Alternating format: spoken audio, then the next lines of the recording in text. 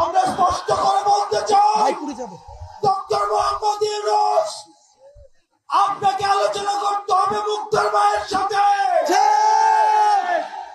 আপনাকে আলোচনা করতে হবে স্নিগ্ধর মায়ের সাথে, আপনাকে আলোচনা করতে হবে ওয়াসিমের মায়ের সাথে, আপনাকে আলোচনা করতে হবে আবু সাইদের বাবার সাথে, আপনাকে আলোচনা করতে হবে যাকে রাজনৈতিক কারণে উঠিয়ে নিয়ে গিয়েছে ইলিয়াসের স্ত্রীর সাথে। ডক্টর মোহাম্মদ ইউনূস, আওয়ামী লীগ কোনোভাবে রাজনৈতিক দল নয়।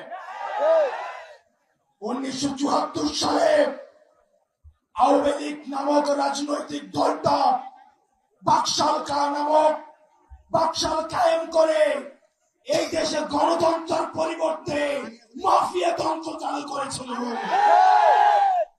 সারা দেশে সন্ত্রাস কায়েম করে জাসদের 30,000 নেতা কর্মীকে হত্যা করা হয়েছিল।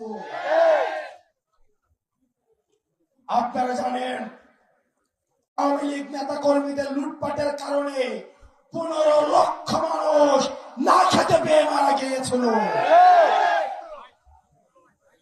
ইতিহাসের প্রত্যেকটা স্তরে স্তরে আওয়ামী লীগের হাতে রক্ত লেগে রয়েছে।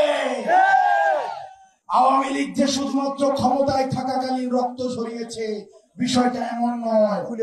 আপনারা দেখেছেন 2006 সালে লগি বইটা দিয়ে, লাঠি দিয়ে, লগি দিয়ে পিটিয়ে পিটিয়ে মানুষকে হত্যা করেছে। সর্বপ্রথম আপনারা জানেন 2009 সালে বাংলাদেশের ফার্স্ট লাইন অফ ডিফেন্স ভারতীয় আগ্রাসনবাদের সহায়তায়, আওয়ামী লীগ হচ্ছে ভারতীয় এক্সটেনশনের একটা ইমপ্ল্যান্ট, একটা দল। ভারতীয়দের সহায়তায় আমাদের দেশপ্রেমিক বিডিআর সৈন্যদেরকে পিলখানাতে নৃশংসভাবে হত্যা করেছে। আওয়ামী লীগের অপরাধের ফিরিস্তি যদি দিতে যাই, ইতিমধ্যে আওয়ামী লীগের অপরাধের ফিরিস্তি অনেক দেওয়া হয়েছে। আমরা সহজভাবে যদি বলতে চাই, 100টা ফেরাউন, 100টা নমরুদকে যদি একসাথে করা হয়, তাহলে একটা হাসিনা পাওয়া যাবে না।